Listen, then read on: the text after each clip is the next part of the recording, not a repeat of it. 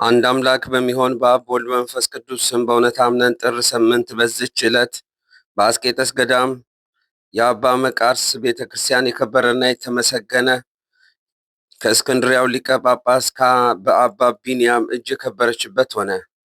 በዚህም በኋላ መቆቅዝ በሚባል አላዊ መላካዊ በአባ ቢንያም ላይ መከራ ደረሰበት። አባ ቢንያምም ሸሽቶ ወደ ላይኛው ግብፅ ሄደ። 10 ዓመት እስኪፈጸም በዚያ ኖረ። ከዚህም በኋላ ያን አላዊ መቆቀዝን እግዚአብሔር አጠፋው። ለአብያተ ክርስቲያን ሁሉ ጸጥታ፣ ሰላም ሆነ። አባ ቢንያም ወደ መንበረ ሰሚቱ ተመለሰ። የአስቄጠስ ገዳም ሽማግሌዎችና መምህራን ወደ እርሱ መጡ። ወደ እርሳቸውም ሄዶ አዲስ ቤተ ክርስቲያንን እንዲያከብርላቸው ለመኑት። እሱም ያከበረ የአባ መቃርስ ቤተ ክርስቲያን ናት። በታላቅ ደስታም ተነስቶ ከእሳቸው ጋር ሄደ። የቤተ ክርስቲያኒቷንም መባረኪያ ጸሎት ጀመረ። መሰዊያውንም በሜሮን ሊቀባት ጀመረ። በጀመረ ጊዜ የከበረ ባለቤት ጌታችን እጅ ከእርሱ ጋር ስትቀባ አየ። በታላቅ ፍርሃት የተነሳ በግንባሩ ፍግም ብሎ ወደቀ። ከኪሩቤል አንዱ አንስቶ እንዲህ አለው፣ ተነስ፣ አትፍራ። ልዩ የሆነ ሥርዓት ለዚህ ቦታ ጻፍ። ይህ የእግዚአብሔር ምስጢር የሚፈጸምበት ነውና ማንም በትዕቢትም ወይም መማለጃ በመስጠት እንዳይገባ በውስጡ በሚገባ በሚሾም በቀር የሚደፍርና በውስጡ ከንቱ ነገርን የሚናገር አይኑር። የእግዚአብሔር መመስገኛ ቤቱ ነውና ይህ ሥርዓት በዚህ ቦታ እስከ ዘላለሙ የተሰራ ይሆናል። እነሆ ዘመን ይመጣል፣ የአባቶቻችንም ትእዛዝና ሥርዓት ያፈርሳሉ። ይህም የከበረ ቦታ እንደ መሳለቂያ ቦታ ይሆናል። አባ ቢንያምም ይህችን የእግዚአብሔር ቤት የሰማይ ደጅ ናት አለ።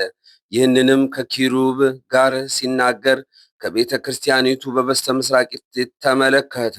አንድ መልአኩ የሚያምር ጽሙ የረዘመ ፊቱም እንደ መልአክ ፊት የሚያበራ ሽማግሌ አየ። ለአባ ቢንያምም ደስ አሰኘውና በልቡ እንዲህ አለው፣ ከኤጲስቆጶሳት አንዱ ቢሞት በእርሱ ፈንታ ይህን ሽማግሌ እሾመዋለሁ። ኪሩብም እንዲህ አሉ፣ ቢንያምም ሆይ ይህ አባት መቃርስን ኤጲስቆጶስ ታደርገዋለን? እሱ የሊቃነ ጳጳሳት አባታቸው ነውና ዛሬ ከልጆቹ ጋር ደስ ይለው ዘንድ መጥቷልና ከልጆቹም መንፈሳዊ ሹመት የሚሾም ወይም አለቃ የሚሆን አይታጣም። ከገዳማቱም የመንፈስ ቅዱስ ፍሬ አይታጣም። አባ ቢንያምም ልጆቹ ብፁዕ ናቸው አለ። ኪሩቤልም እንዲህ አለ፣ ብፁዓንም የሚባሉ ትእዛዞቹን ጠብቀው ፍለጋውን ቢከተሉ እነሱ ከእርሱ ጋር አሁን ባለበት ክብር ውስጥ ይሆናሉ። ትእዛዞቹን ቢተላለፉ ግን ከእርሱ ጋር እድል ፈንታ አይኖራቸውም።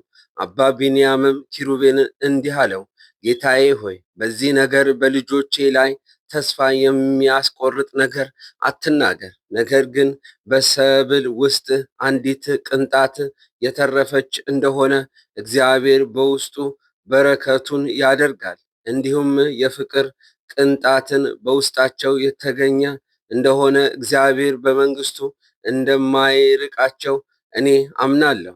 ከአረጋዊ አባ መቃርስ ርኅራኄ የተነሳ ሊቀ ጳጳሳት አባ ብንያም አደነቀ። መልአኩም ኪሩብ እንዳዘዘው ያንን ሥርዓት ጽፎ ለዘውትር መታሰቢያ ይሆን ዘንድ በቤተ ክርስቲያን ውስጥ አኖረው። ዕድሜውም በደረሰ ጊዜ እረፍቱ በዚያች ቀን ይሆን ዘንድ የክብር ባለቤት ጌታችን ኢየሱስ ክርስቶስን ለመነው። እንዲሁም ሆነለት። ለእግዚአብሔር ምስጋና ይሁን፣ እኛንም በጸሎቱ ይማረን፣ በረከቱ ከእኛ ጋር ትኑር ለዘላለሙ አሜን። በዚህች ዕለት ለአባቶቻችን ሊቃነ ጳጳሳት 37ኛ የሆነ የእስክንድሪያው ሊቀ ጳጳስ አባ እንድሪያቆስ አረፈ። ይህ አባት የሚራራ አዋቂ ሆኖ እርሱ የቤተ ክርስቲያን መጽሐፍ ተምሮ አልና እርሱም ለእስክንድሪያ ገዢ ለአጎቱ ልጅ ነው። ከእርሱም በፊት የነበሩ ሊቃነ ጳጳሳትም በገዳሙ አት እንደሚኖሩ ስለ ቤቱና ስለ ክብሩ ታላቅነት በዘመኑ ሁሉ በገዳም የሚኖሩ አልሆኑም። በእስክንድሪያም ከተማ ባለው ቤቱ የሚኖር ሆነ እንጂ። ይህ አባት ሕርቃል በነገሰ በ10 ዓመት ከእስክንድሪያ ዘመነ መንግስት በ933 ዓመት ተሹሞ በዘመኑ ፀሐይን የሚያመልክ የፋርስ ንጉሥ ከስራን ተነሳ። ብዙ የሆኑ ሰራዊቱንም ሰብስቦ የሶርያና የፍልስጤምን አገሮች ከበባቸውና ዘረፋቸው። ከዚህም በኋላ ግብፅን ከበባት። ወደ እስክንድሪያም ከተማ ደረሰ። በዙሪያውም 700 ገዳማት አሉ። በውስጣቸውም መነኮሳት የተመሉ ነበሩ። እነርሱም ገንዘብ ያላቸው የተድላ የሚኖሩ ናቸው። ስለዚህም በእነርሱ ላይ እግዚአብሔር ስልጣንን ሰጥቶት ገዳማቱን አፈረሰ፣ እነርሱንም ገደላቸው። ከእነርሱ ሸሽተው ካመለጡት ከጥቂት በቀር የተረፈ የለም። ገንዘባቸውን ሁሉ ማረከ። የእስክንድርያም ሰዎች ንጉሥ ከሰራ ያደረገውን በሰሙ ጊዜ የከተማውን በር ከፈቱለት። እርሱም ይችን አገር በእጁ አሳልፌ ሰጥቻታለሁ፣ አታፍርሳት፣ በውስጧ ያሉትን ብርቱዎች ግደላቸው፣ አመፀኞች ናቸውና እንደሚል በሕልሙ አየ። በዚያም ጊዜ የሀገሩ ንጉሥ አሰረው። በሀገሩንም ሰዎች እንዲህ ብሎ ተናገራቸው። ሀገሪቱን ይጠብቋት ዘንድ በጦር ሰራዊት አደራጅታችኋልና ዕድሜያቸው ከ18 እስከ 30 ዓመት የሆኑትን ወጣቶች፣ ብርታት ያላቸውን የ40ና የ50 ዓመት የሆኑትን እንድትሰበስቡልኝ እኔ ለእያንዳንዱ ደሞዝ 20 የወርቅ ዲናር እሰጣለሁ አላቸው። እነርሱም እውነት መሰላቸው። ከእርሱም ዘንድ 8,000 ሰዎች ወጥተው የሁሉንም ቁጥራቸው ምዝገባ ጀመሩ። እነርሱ ግን ወርቅ የሚቀበሉ ይመስላቸው ነበር። ምዝገባቸውም በተፈጸመ ጊዜ ሁሉንም በሰይፍ ገደላቸው። ከዚህ በኋላ ወደ ላይኛው ግብፅ ወጥቶ ወደ ንቅዮስ ደረሰ። በዚያም ገዳማት በውስጣቸው 700 ስራቸው ክፉ የሆነ መነኮሳት በዋሻዎችና በቦታቸው ሁሉ እንዳሉ ሰማ። እነሱም ሁሉንም በሰይፍ ገደላቸው። የሮም ንጉሥ ሕርቃልም የፋርስ ንጉሥ ከስራ ያደረገውን በሰማ ጊዜ ሰራዊቱን ሰብስቦ ወደ እርሱ ሄደ። የከስራንም ሰራዊት ሁሉንም ገደለ፣ ሀገሩን አጠፋ።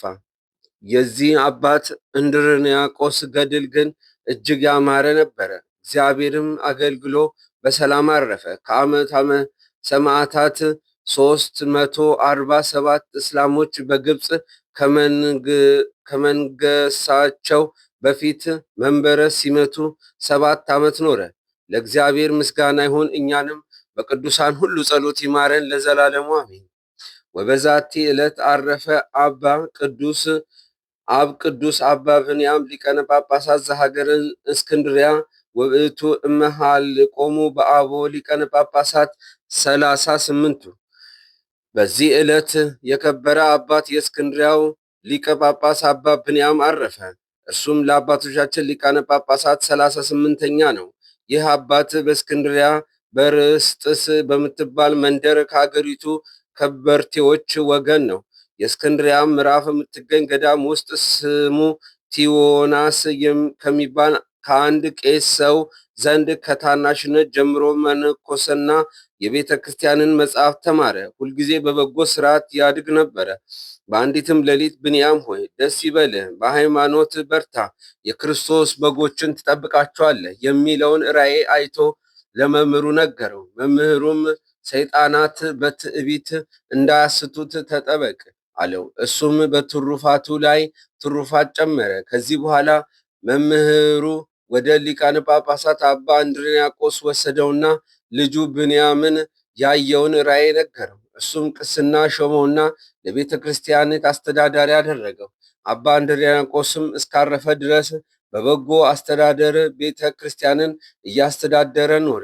ከዚህም በኋላ ይህ አባ ብንያም ሊቀ ጵጵስናን ተሾመ። በተሾመም ጊዜ ታላቅ መከራ ደረሰበት። በእርሱ ላይም ታላቅ መከራ ከመድረሱ በፊት የእግዚአብሔር መልአክ ተገልጦ ከእርሱ የሆነውን ሁሉ አስረዳው። እርሱም እንዲሸሽ ኤጲስቆጶሳቱን በእርሱ ጋር እንዲሸሹ አዘዘው። በዚያም ጊዜ ቀድሶ ለሕዝቡ ሥጋውን ደሙን አቀበላቸው። በቀናች ሃይማኖትም እንዲጸኑ አዘዛቸው። እርሱም በመልአኩ እንደተረዳው የሆነውን ሁሉ አስረዳቸው። ከዚህ በኋላ ወደ ኤጲስቆጶሳቱ ሁሉ ወደ ገዳማት አለቆች መልእክቶችን ላከ፣ እንዲሸሹም አዘዛቸው። እርሱም ወደ አባ መቃርስ ገዳም ወደ አስቄጠስ በረሃ ከዚያም ወደ ያኛው ግብፅ ሄደ። አባ ብንያምን ከእስክንድሪያ ሀገር ከወጣ በኋላ ከሮም ንጉሥ ከህርቃል ሕዝብ የተሾሙ መኮንን መጣ። እርሱም ሊቀ ጵጵስናን የደረበ በአብያተ ክርስቲያናት ሁሉ ላይ የሰለጠነ ነው። ብዙዎቹም ምዕመናንን አሰቃያቸው። ስሙ አባ ሚናስ የሚባል አባ ቢንያምን ወንድምህ ይዞ አሰቃየው። በጎኖቹም ውስጥ እሳት ጨምሮ አቃጠለው። ከዚህም በኋላ በባህር ውስጥ አሰጠመው። በእነዚህም ወራቶች ንጉሥ ሕርቃል በሕልሙ እነሆ ግዝራን የሆኑ ብዙ ሕዝቦች በላይህ መጥተው በምድር ሁሉ ላይ ይነግሳሉ የሚል ራእይ አየ። ለንጉሱም አይሁድ እንደሆኑ መስሎት ነበረ። ለወዳጆቹ ይህንን ራእይ አስረዳቸው። ራእዩ ግን ስለ እስላሞች መንግስት የሆነች ናት። በዚያም ጊዜ ያትሮብ ከሚባል ምድር መጥተው በሶርያ ምድር ነገሱ።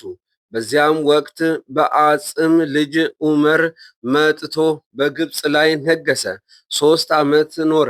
ወደ እስክንድሪያም ሄዶ አፈረሳት። ብዙዎችን አብያተ ክርስቲያናን አቃጠለ። ከታችኛውም ምድር ከባህር ዳር ያለችውን የታወቀች የወንጌል ቅዱስ ማርቆስ ቤተ ክርስቲያንን እንዲሁም በእስክንድሪያ ሀገር ዙሪያ ያሉትን ገዳማትን አቃጠለ። በውስጣቸው ያለ ገንዘብን ሁሉ ማረከ።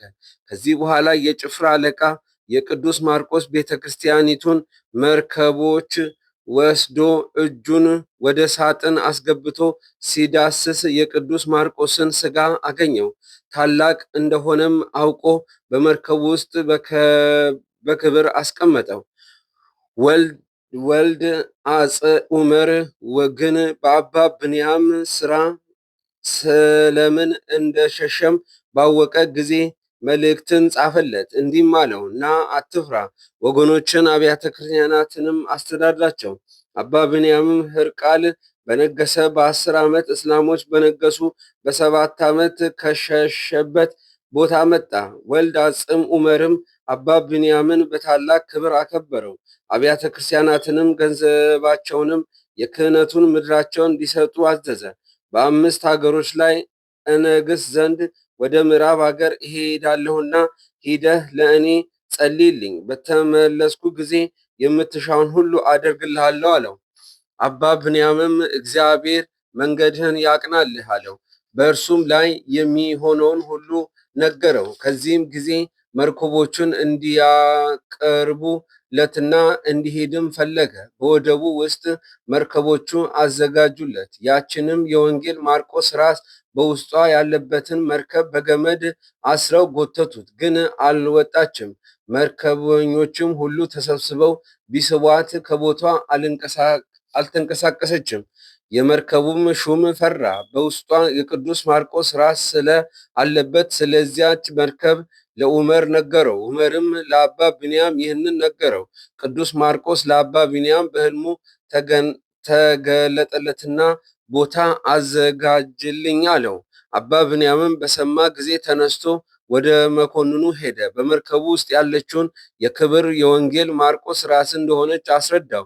ከዚህም በኋላ አባ ብንያም የከበረ ማርቆስን ራስ በመርከቡ ውስጥ አውጥቶ ወሰዳት። በዚያም ጊዜ መርከቢቱ ከወደብ ወጣች። ገዢው መኮንን ኡመርም ይህንን አይቶ እጅግ አደነቀ። ብዙ ገንዘብም ሰጥቶ ለክብር ማርቆስ ቤተ ክርስቲያን እንዲሰራለት አዘዘ። ያማረችን ቤተ ክርስቲያን ሰራ። የቅዱስ ማርቆስንም ሥጋ ራሱንም በውስጡ አኖረ። ይህ አባት ብንያም አረማውያን ስለ ማስተማርና እጅግ ተጋዳይ ሆነ። ከእነርሷቸውም ብዙዎቹ ወደ ቀናች ሃይማኖት መለሳቸው፣ አጸናቸውም። በዚህ ቦታ በዚህም አባት ዘመን ከእርሱ አስቀድሞ እንደርሱ ያልሆኑ እጅግ ታላቅ የሆነ ረሃብን እግዚአብሔር በሀገሩ ሁሉ አመጣ። ቁጥር የሌላቸው ብዙ ሰዎችም ሞቱ፣ በሀገሩ ሜዳዎችና ገበያዎች ውስጥ የወደቁ ሆኑ። ከዚህ በኋላ አባ ቢንያም ለ2 ዓመት ያህል እግሩን ታመመና በሰላም አረፈ። የሹመቱም ዘመን 39 ዓመት ነው። ለእግዚአብሔር ምስጋና ይሁን፣ እኛንም በጸሎቱ ይማረን፣ በረከቱ ከኛ ጋር ትኑር ለዘላለሙ አሜን። በዚህች ዕለት የነቢይ ሚክያስ መታሰቢያው ነው። የዚህም ነቢይ ከታናሽነቱ ጀምሮ አካሄዱ መልካም ሆነ። ስለ ስራውም ማማርና ስለ ጽድቁ ሕዝቡ ሁሉ ያደንቃሉ፣ ያከብሩታል። ሚክያስም ይሉታል። ትርጓሜም መልአክ ማለት ነው። መልኩ እጅግ ያማረ ነውና የሚናገረውም ትንቢት እንደተናገረው ይሆናል። የእግዚአብሔር መልአክ ተገለጸለትና የነገረውን ነበረ። ሕዝቡን ግን ያንን መልአክ አያዩትም፣ ድምፁን ግን ይሰሙታል። ከእርሳቸውም ያደላቸው ያዩት አሉ።